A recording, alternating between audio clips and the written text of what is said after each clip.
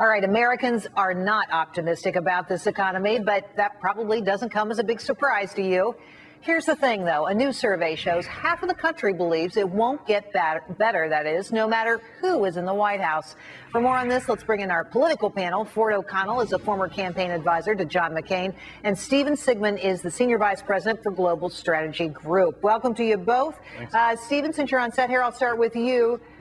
Do they have it right? I think, look, Americans are smart. They know that presidents don't create jobs. What they're supposed to do is create the conditions that create jobs and create strong communities. And that's what Barack Obama has been working to do for 4 years. The problem is that on the other side, we have a candidate in Mitt Romney whose basic prescription seems to be a sort of Tourette syndrome of criticizing Barack Obama.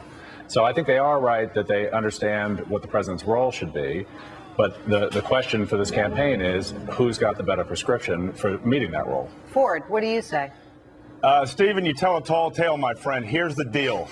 Barack Obama wants to blame it on the past. Mitt Romney wants to blame it on the present. And the only way you're going to excite Americans is by talking about what you're going to do in the future. So unless we're talking about tax reform that's going to trigger investment, harvesting our natural resources, particularly oil, coal, and natural gas, and working on some of the regulations that are hurting small business, this is going to continue. Americans know that the only way we're going to get out of this is through serious reform and looking towards the future rather than blaming the past or the present. All right, let me move you on to this question, because I hear what you're saying. I hear what both of you are saying. You believe in your candidate. But why aren't you convincing the American people? Stephen, why can't Obama convince the American people that he's the man to solve the economic problem, according to this poll? I think, actually, that he is convincing the American people that he's the person who's best positioned to work on it and continue to work on it. I mean, if you look at polling on what's supposed to be a bad month for Barack Obama, he's ahead or tied in all the national polls. In the state polls, he's actually doing better, particularly in battleground states, so much so that the Romney campaign had to ask the governor of Florida to stop saying good things about his economy this month. So,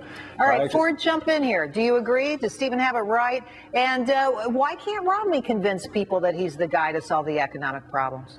Well, Stephen has it wrong. What I think Stephen fails to forget here is that incumbent presidents don't usually lose. In the last 100 years, only 5 incumbents have lost. Mitt Romney's problem is very simple, okay? He has a very nebulous policy platform for the future, and Karl Rove has said it right. If he can put some substance on that policy for the future, then he'll win. If not, President Obama will likely skate by just by blaming the past and blaming George Bush. The problem is that he does have a nebulous policy because he has no policy. I mean, his policy is to attack Barack Obama. That's it.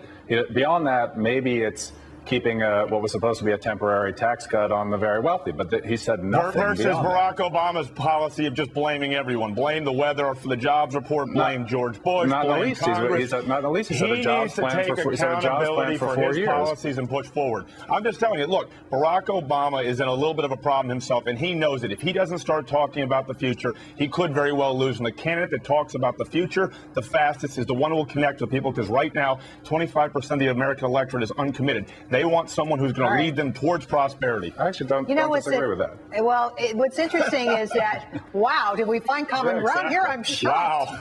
Wow. A new poll out on Americans' confidence in the toilet. So, I mean, people just are not upbeat about the prospects for the economy, but we will solve that problem another day. Ford and Stephen, thanks for coming on tonight. Great to see both of you. Thank you so much. Thanks for having us. Thank you, Gerri. Thank you.